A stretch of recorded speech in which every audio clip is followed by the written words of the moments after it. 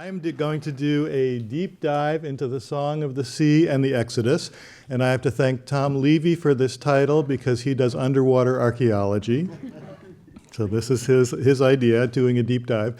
And I want to dedicate my talk to the memory of David Noel Friedman, who loved the Song of the Sea and did wonderful scholarship about it and was a dear friend and mentor and taught for many years at UCSD. So I'm evoking his spirit in this talk. This is a picture of the Egyptians drowning in the Red Sea, and the Israelites have made it happily to the other side. And this is one of the themes of this conference. So I want to go and dive more deeply into these waters.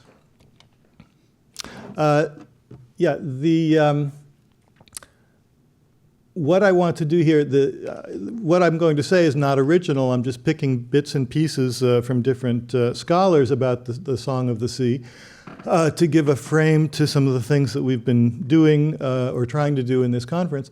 But I want to say that one of the things that I am trying to do is combine literary attention to the text, which is poetry. You have to read poetry the way poetry deserves to be read, the way Dante deserves to be read, the way Shakespeare deserves to be read, and certainly the poetry of the Hebrew Bible rewards that kind of close literary reading as well. But I also am paying attention to the philology, to the language, to the literary history, to the small details of the text. So I call my approach here literary philology. I'm trying to bring together the literary approach, the philological approach, and show how they inform each other. So first I want to do a little philology. The Song of the Sea, which is the poem that Moses and the Israelites sing, and then Miriam and the women do a kind of reprise of the opening verses, is arguably one of the very oldest texts of the Hebrew Bible. Okay, and here I'm echoing some of the things that Dick Friedman said in his keynote speech and some of the things that Philip Wu was emphasizing, that in order to understand the Exodus, you have to understand the literary history of the texts that tell about the Exodus. And if you're interested in that subject, the literary history of the Exodus, then this is a key text, an absolutely key text, because this is our oldest text about the Exodus. Okay, so if you're interested in the relationship between the representation of the Exodus in the Hebrew Bible and historical issues, this is the text that I would say you have to start with, because it's our oldest text. Okay, and then one of the things I'm going to do is look at some of the relationship between this text and the later prose texts that are the more famous renditions of the representations of the Exodus. So first I want to show that I'm calling this one of the oldest texts of the Hebrew Bible for a reason. There are specific literary features, and I'm alluding here to controversies within biblical scholarship, because oddly enough, not everybody in my field agrees with me. Is that an understatement? So this belongs to a corpus of poetry that Cross and Friedman, Noel Friedman and Frank Cross, called Archaic, Old Hebrew poetry, Archaic Hebrew poetry. And here are some of the features of Archaic Hebrew poetry that we see in the Song of the Sea. And this is just to show you there's actual linguistic data that I think are clearly indicative of the antiquity of this poem. Clearly, it represents a typologically older stratum of Hebrew compared to the prose sources of the Pentateuch, okay, and compared to other poetry elsewhere in the Bible.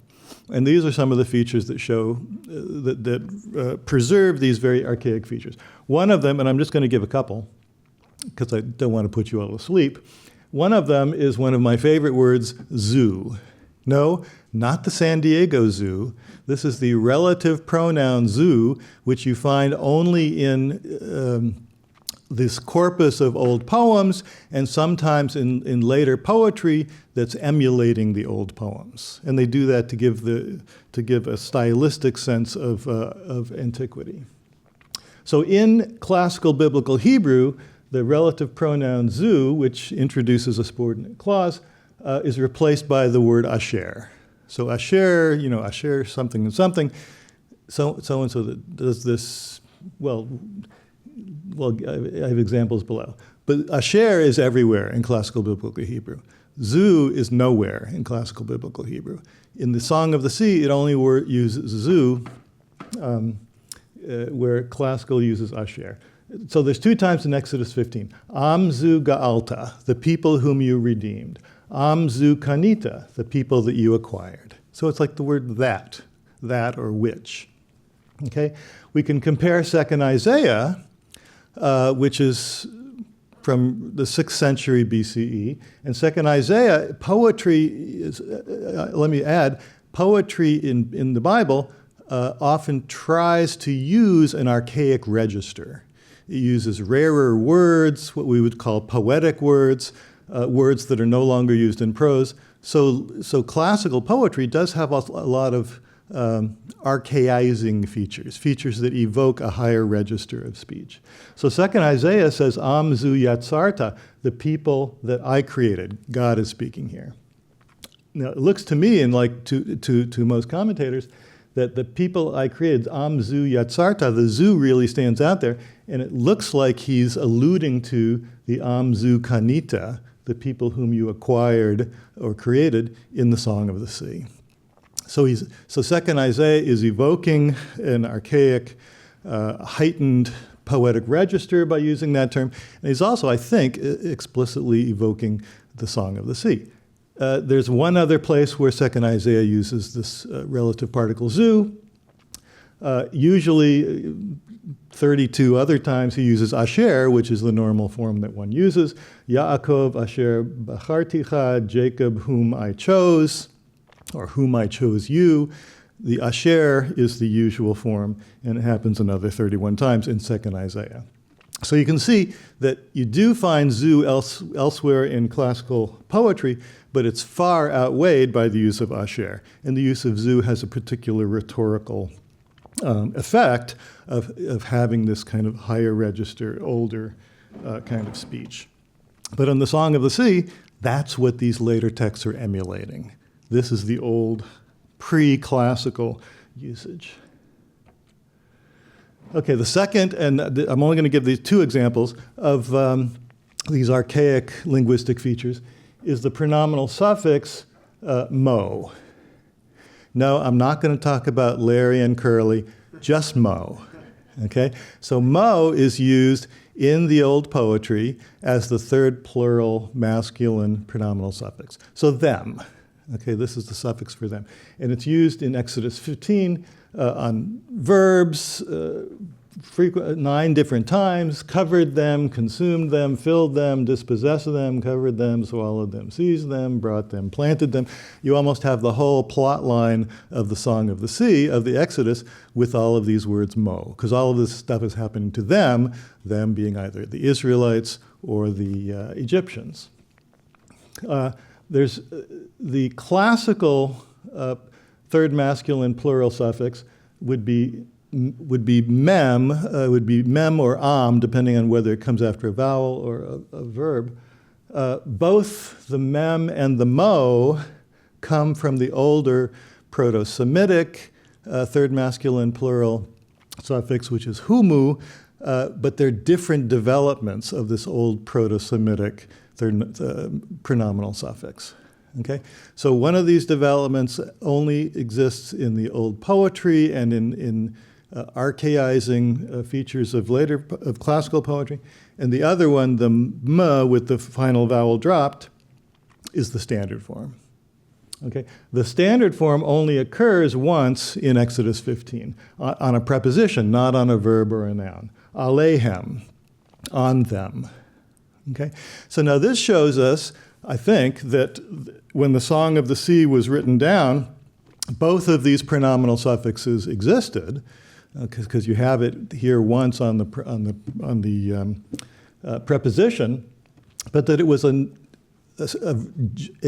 useful, a generative, a fruitful term that was still used that you could put on a verb. okay? Because it's consistently on the verbs, and the verbs never have the classical ending. This seems to indicate that while the language belongs to an older stratum, or is at least typologically older than classical, we are moving into the classical period because you have this classical third masculine plural pronoun on the preposition. So there's a transitional period going on here from the archaic Biblical Hebrew to classical Biblical Hebrew. Now, one of the things that I would infer from this is that the poem itself probably derives from old oral traditions, okay? And in fact, it says Moses and the Israelites sang this song, so it's not hard to posit an oral origins and transmissions for this poem. And by the time it's finally written down in the form that we have it, it's already in the classical period, but they've preserved all of these older forms because it's been regarded as a kind of authoritative poem about the Exodus. Okay, so this is just a little taste of the argument that one makes about the fact that this is the oldest text that we have about the Exodus. Okay, and let me say more thorough treatments of both of these items are given by Naama Pat-El, who has a wonderful article about the linguistic features of archaic poetry, and by Yigal Bloch, who has a wonderful article about Mo. We still need Larry and Curly, I must admit. Okay. Oh, for the Mo, you can compare the poetry of Job, which is probably another 6th or 5th century text. He uses Mo 3-4 times, but he gets it wrong. That's another really good indication that when later poetry are using some of these old features, they don't understand them correctly. So Job uses the Mo, he says kapemo, but he's referring to the first, to the singular, to the third masculine singular pronoun, his, instead of the plural, them. So he forgot what the Mo really stands for in the older version. So kapemo, his hands, alemo, upon him, that's just wrong. Okay? So we call this usage pseudo-classicisms. That is to say, they're trying to use older, to them, classical language, but they get it wrong. And that's a clear indication that this is later usage that's emulating the archaic language, but doesn't get it right. And elsewhere, Job uses the mem ending for he always uses the mem ending for the third masculine plural because he thinks that's the third masculine plural in classical Hebrew, and he misuses the archaic form as if it was the singular.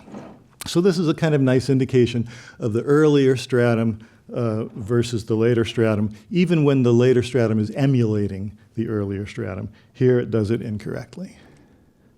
Okay, second question that I want to ask, once we've established that this is a really old text, or our oldest text that we have about the Exodus, the question is, well, what happened at the sea?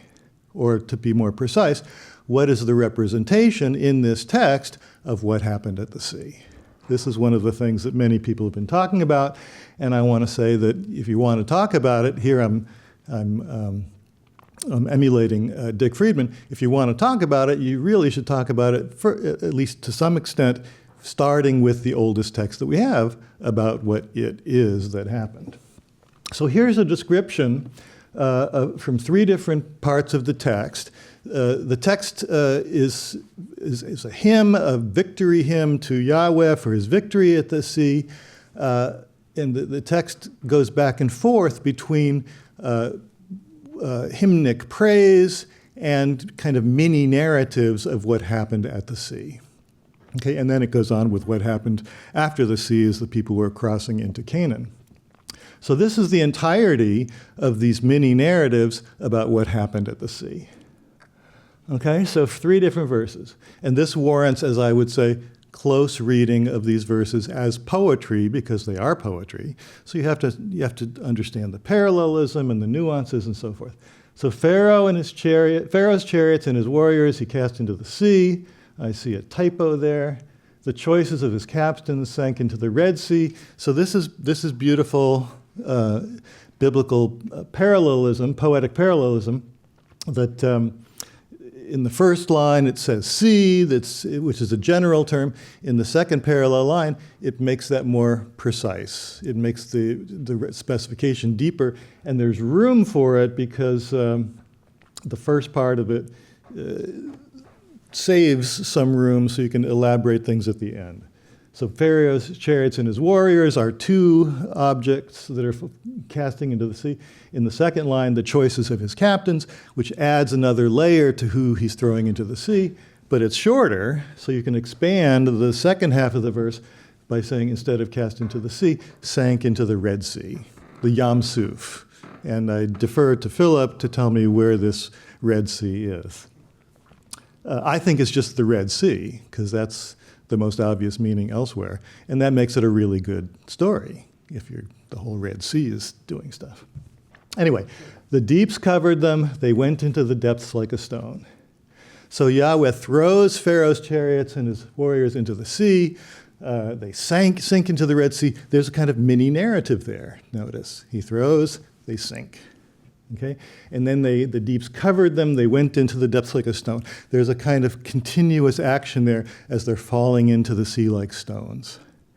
So this is like a mini little story here. Throwing, sinking, falling to the bottom, like they're falling into the depths like a stone. Second mini narrative. By the breath of your nose, the waters heaped up. They stood like a flowing cloud bank. It's not entirely clear what that word means. The deeps congealed in the heart of the sea. Notice here the poetic structure. There's a first line, and then there's a second and a third line. This is a triplet, and triplets are used in biblical poetry as points of particular emphasis or climax in the poem. Okay, so by breath of your nose, the waters heat up. So here the verb, the action of the agent, the action of Yahweh, changes from hurling, from throwing, which is you do with your arm, to blowing, which you do with your nose, with the breath of your nose. So it's a different action, but they're complementary actions, okay? And let me say that the kind of picture that one has here of the agent is what Frank Cross used to call the divine warrior.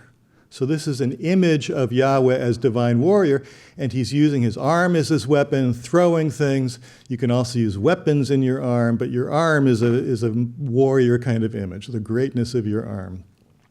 But you also blow because you're using the storm, the winds, as your weapon. And this is the idea of the divine warrior as a kind of God who has control of the storms. Okay, so the throwing and the blowing are complementary images of the agency and power of Yahweh as this divine warrior.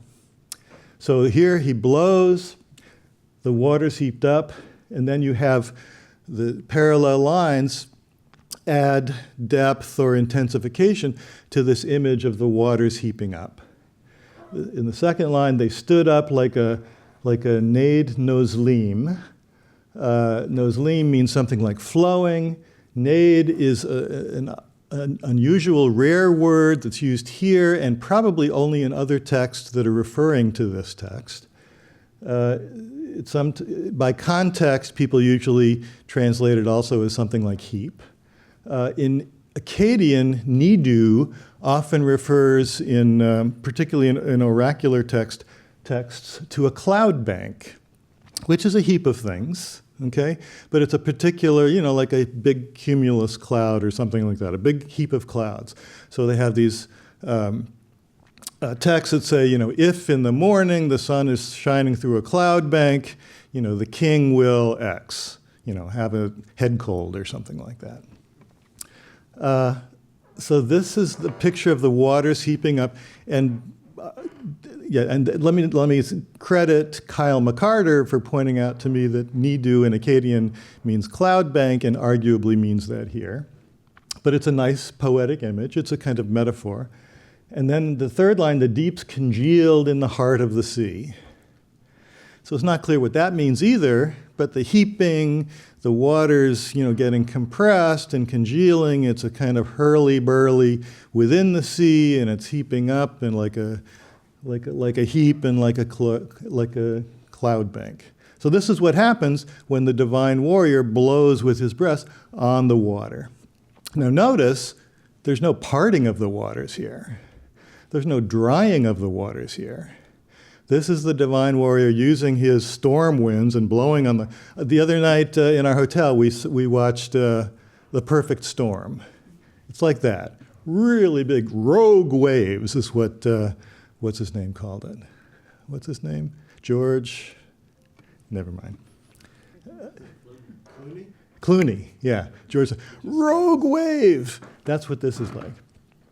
And then the third mini narrative, which is summarizes the previous one, you blew with your breath, the waters covered them, they sank like lead in the mighty waters. Well, it said earlier they went into the depths like a stone. This is another alternative image. They sank like lead in the waters. But again, it's you blew with your breath. Yahweh, the divine warrior, used his winds, his storm winds, to blow on the waters covered them, they sank.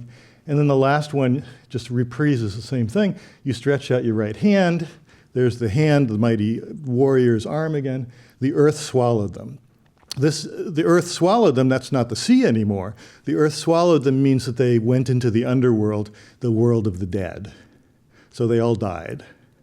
But it's interesting, it switches the image. Again, these are complementary images, switches from the water to the earth, which also means eretz, also means underworld, and so they're kind of swallowed. So there's a kind of continuity between the waters covering them and the sinking in the waters, and then the earth, i.e. the underworld, swallows them at the bottom of their descent. So it's a beautiful set of poetic images, and as I've tried to indicate, these poetic images draw very strongly on old mythic language of the divine warrior. And this is what Cross and Friedman both emphasized quite nicely. This is an example, another example of the divine warrior defeating the sea.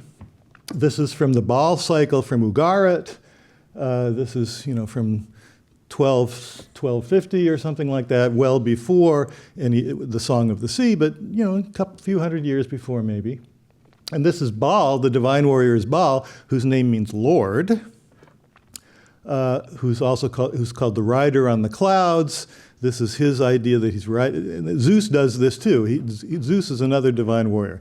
He rides on the clouds and sends down his thunderbolts and his storm winds and all of this. So this is a major kind of image of what the victorious warrior god, who ends up being king of the gods, does.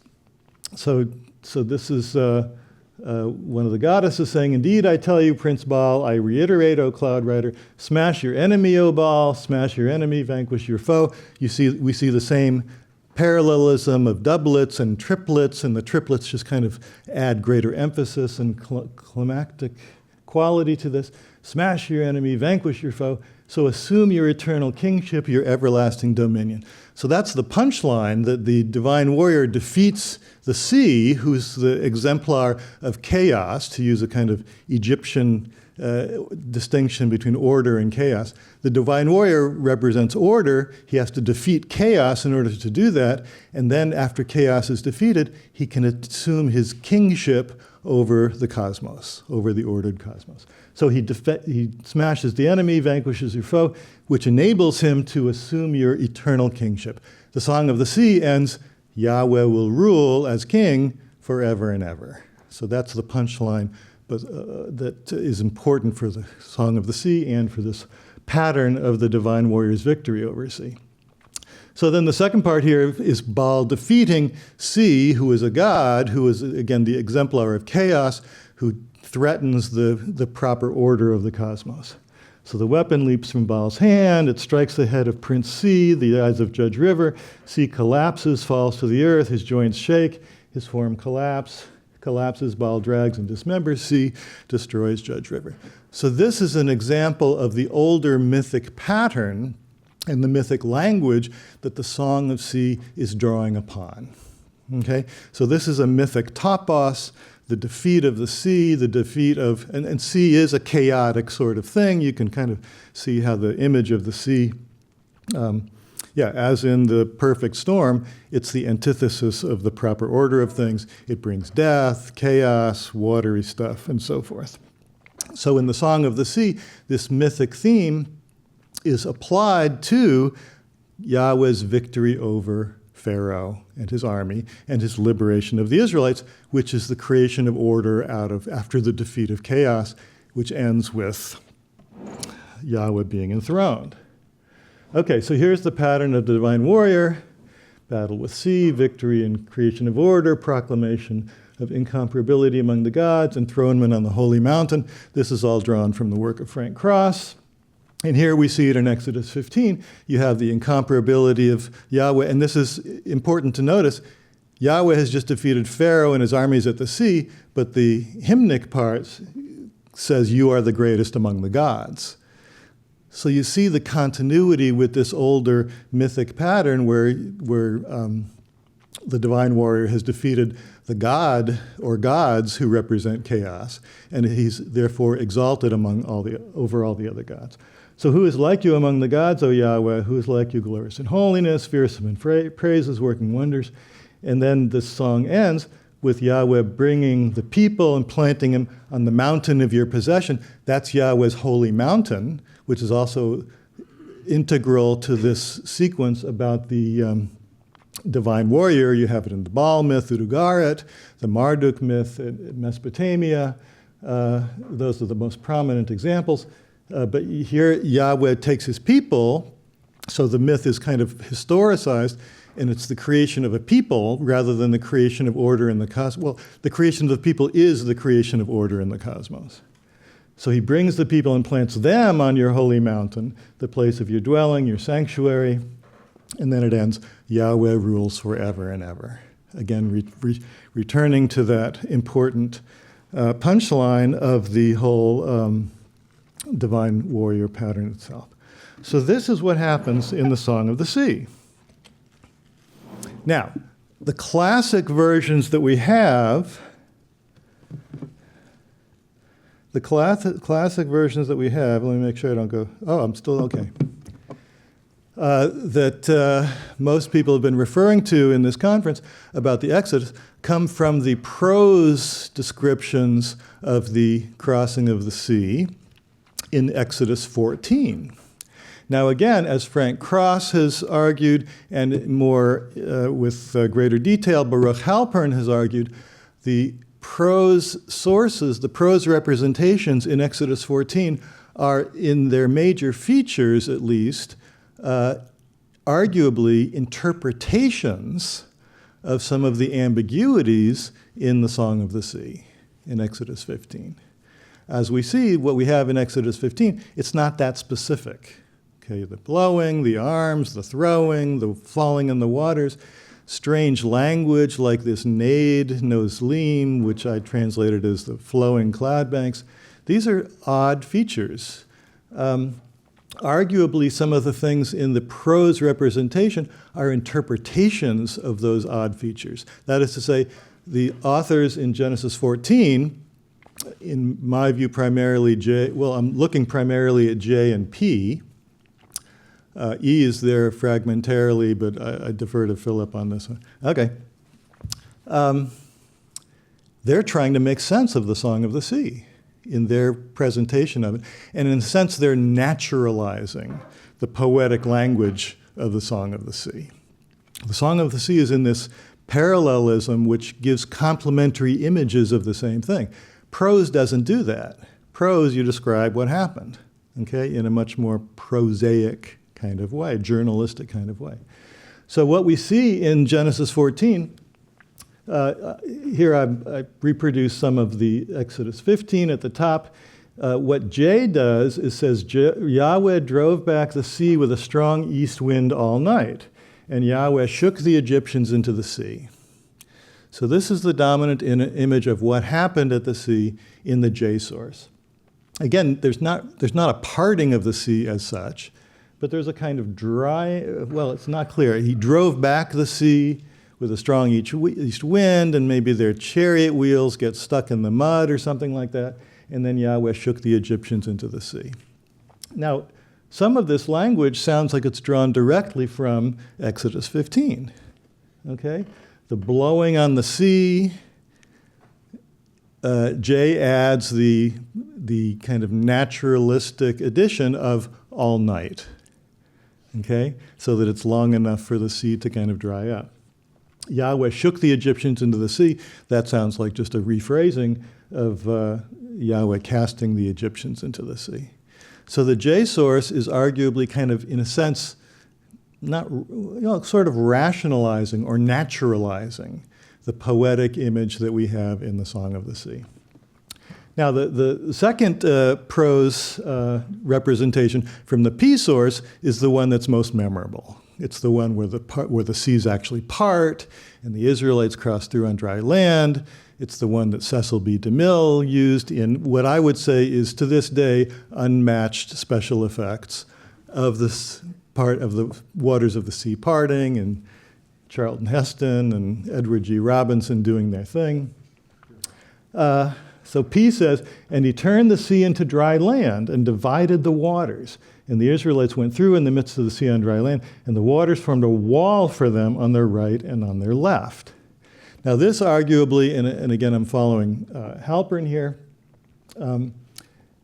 this is a kind of naturalization or rationalization or prosaizing of this description of, by the breath of your nose the waters heaped up, they stood up like a flowing cloud bank, but we don't really know what the nade is. It's some kind of heap. Sometimes it's seen as a wall, and P sees it as a wall. Okay? P's innovation is that he makes it two walls. Okay? And so by making it two walls, and the deep's congealed, that's kind of the hardening of these walls. You see what I mean? So he's turning poetry into prose and making, legitimate inferences about what could have happened that this is actually describing. So it formed a wall for them on their right and left. This is arguably, well, like the Midrashim interpret the text and draw out a realistic picture of their ambiguities. This is what's going on in Exodus 14 vis-a-vis the older text, the Song of the Sea. So he makes a beautiful, dramatic picture of the sea, of the congealing into walls that stand up, and then the Israelites go on a dry land, and then the waters returned and covered the chariots and the horsemen. All the warriors of Pharaoh that came after them at the sea, not one of them remained. Well, the waters covering the Egyptians, that's drawn directly from the Song of the Sea again. You blew with your breath, the waters covered them. He's just filling in the details of what this Nade Noslim is and the congealing of the waters and stuff, and making this very dramatic, very kind of cinematographic picture of what actually happened at the sea, such that the Israelites were saved and the Egyptians drowning in the waters. Oh, notice in the Song of the Sea, there's later in the text, I didn't talk about this, it says, until your people passed over, O Yahweh, until the people that you acquired passed over. Well, that's the passing over of the Israelites, which isn't mentioned in the first part of the Song of the Sea. But this happens later when the people are passing over into Canaan. Okay, so the P source is combining this passing over of the Israelites, and they're having them pass over through the Red Sea after Yahweh has blown it and made walls on either side. So P is, in a sense, harmonizing different elements of the Song of the Sea to make this dramatic, very visual, very miraculous picture that is familiar to all of us. Let me just summarize by saying our oldest text doesn't have that stuff. Okay? Our oldest text is the Song of the Sea, and the picture that we take from the composite combined text is primarily driven by the prose story in Exodus 14, and in particular the part of that prose story by the P text. But the P text is arguably what we could call a midrashic actualization or interpretation of the older poetic text. So if you want to find out how the waters parted, I would say this is how the waters parted, by biblical interpretation within the Bible of the P source thinking about the Song of the Sea and making the waters part. It's an exegetical, it's a hermeneutical process, it's a literary process, and not, let's say, geology or the theory or anything like that. So when you look at the text, it has its own texture, its own internal history, its own interpretive conceptuality that explains what's going on. Okay, so, and it's cool. It's different than the movie. Okay, my last point is just to say thank you very much. This concludes our deep dive into the Song of the Sea.